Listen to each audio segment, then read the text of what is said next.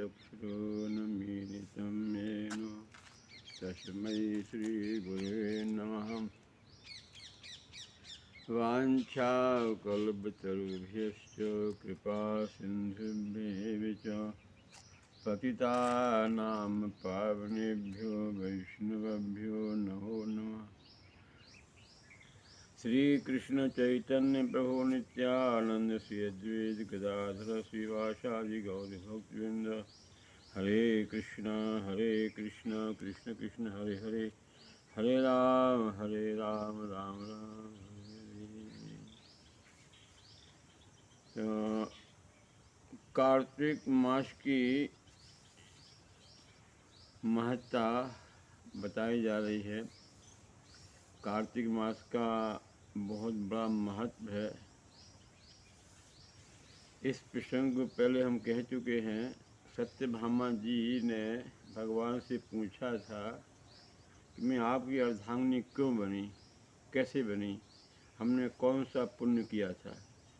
भगवान ने बताया तुमने कार्तिक मास का व्रत किया था, उसी के पुण्य प्रताप से तुम मेरी अर्धांगिनी बनी।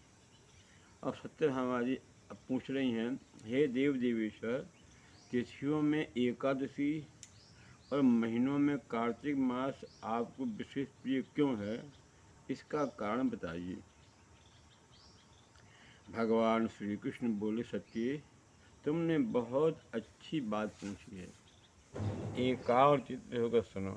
प्रिय, पूर्व काल में राजा पृथु ने भी देवर्षि नारद से ऐसा ही प्रश्न किया था।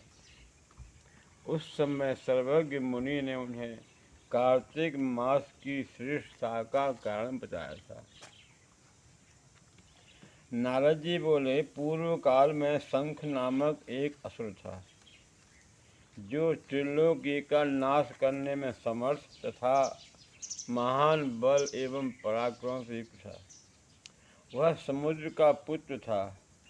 उस महान असुर ने समस्त देवताओं को परास्त कर स्वर्ग से बाहर कर दिया और इंद्र आदि लोकपालों के अधिकार छीन लिए।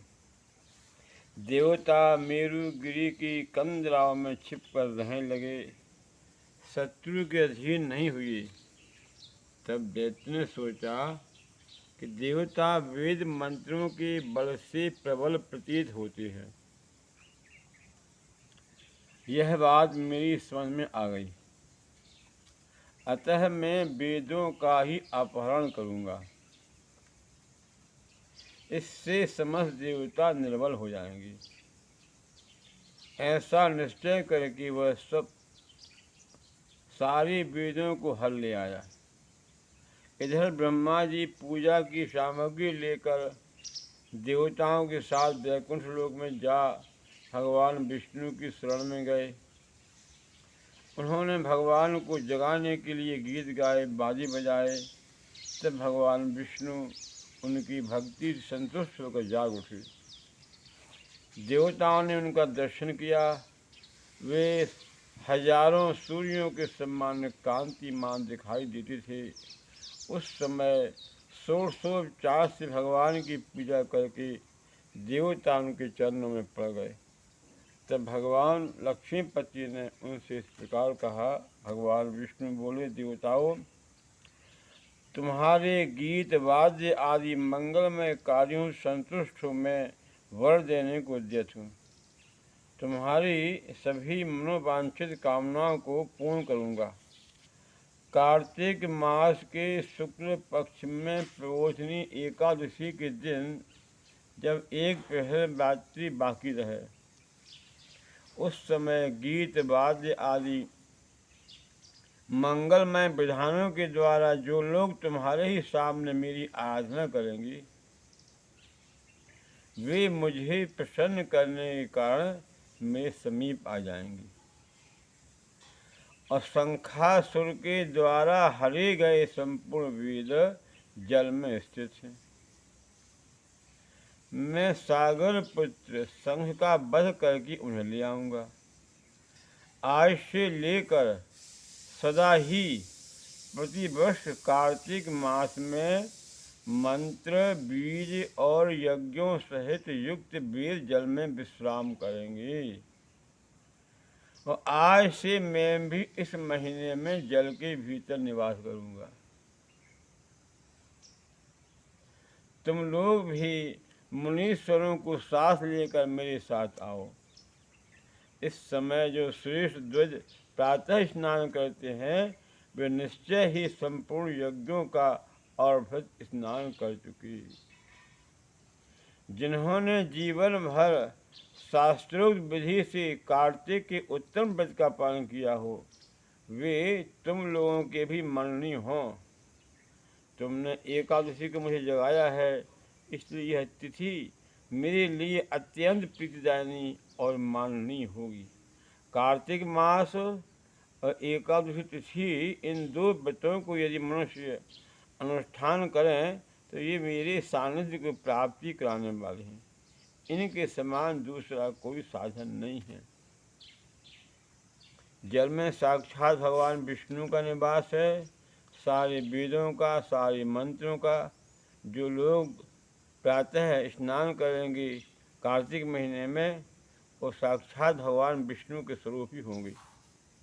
मछली के समान रूप धारण करके आकाश से विंध्य पर्वत निवासी कश्यप मुनि की अंजलि में गिरी।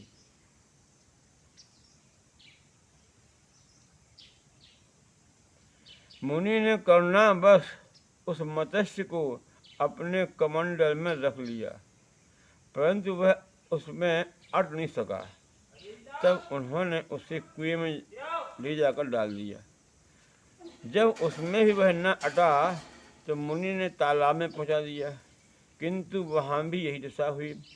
इस प्रकार उसे अनेक स्थानों में रखते हुए अंतर्गत्वा समुद्र में डाल दिया। वहाँ भी बढ़कर वह विशालकाय हो गया। तदंतर उन मत्स्य रूपधारी भगवान विष्णु ने शंखासुर का वध किया और शंख को अपने हाथ में लिए हुए बद्रीवन में आए। वहाँ संपूर्ण ऋषियों को बुलाकर भगवान ने इस प्रकार आदेश दिया। भगवान विष्णु बोले, महर्षियों, जल के भीतर बिखरे हुए वेदों की खोज करो और रहस्यों सहित उनका पता लगाकर शीघ्र ही ले आओ। तब तक मैं देवताओं के साथ प्रयाग में ठहरता हूँ। तब तेज और बल से संपन्न समस्त मुनियों ने यज्ञ और बीज सहित वेद मंत्रों का उद्धार किया। जिस वेद के जितने मंत्र को जिस ऋषि ने उपलब्ध किया वही उतने भाग का सबसे ऋषि माने जाने लगा। तदंतर सब मुनि एकत्रित होकर के प्रयाग में गए। ब्रह्मा जी सहित भगवान विष्णु को उन्होंने प्राप्त किए हुए वेद अर्पण किए। यज्ञ सहित वेदों को पाकर ब्रह्मा जी को बड़ा हर्ष हुआ और उन्होंने देवताओं और ऋषियों के साथ प्रयाग में अश्वमेध यज्ञ किया। यज्ञ की समाप्ति होने पर देवता, गंधर्व, यक्ष, किन्नर तथा गुहिकों ने पृथ्वी पर साष्टांग प्रणाम करके यह प्रार्थना की। देवता बोले, देवादिदेव जगन्नाथ प्रभु, हमारा एक निवेदन सुनिए। हम लोगों के लिए यह बड़े हर्ष का समय है, अतः आप हमें वरदान दें। रमापति, इस स्थान पर ब्रह्मा जी को खोए हुए वेदों की प्राप्ति हुई है तथा आपकी कृपा से हमें भी यज्ञ भाग उपलब्ध हुआ, अतः यह स्थान पृथ्वी पर सबसे अधिक श्रेष्ठ और पुण्यवर्धक हो। इतना ही नहीं, आपके प्रसाद से यह भोग और मोक्ष का दाता भी होवे। साथ ही यह समय भी महान पुण्यदायक और ब्रह्म हत्यारे आदि की भी शुद्धि करने वाला। इसमें दिया हुआ सब कुछ अक्षय हो, यही वर हमें दीजिए। भगवान विष्णु ने कहा, देवताओं, तुमने जो कुछ कहा है उसमें मेरी भी सम्मति है, अतः तुम्हारी इच्छा पूर्ण हो। यह स्थान आज से ब्रह्मक्षेत्र नाम धारण करेगा। सूर्य वंश में उत्पन्न राजा भागीरथ यहाँ गंगा को ले आएंगे और सूर्य कन्या यमुना जी के साथ यहाँ मिलेगी। ब्रह्मा जी सहित तुम संपूर्ण देवता भी मेरे साथ यहाँ निवास करो।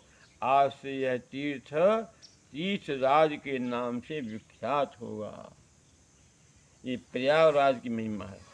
यहाँ किए हुए दान, व्रत, तप, होम, जप और पूजा अक्षय कर्म फल के दाता और सदा मेरी समीपता की प्राप्ति कराने वाला हो।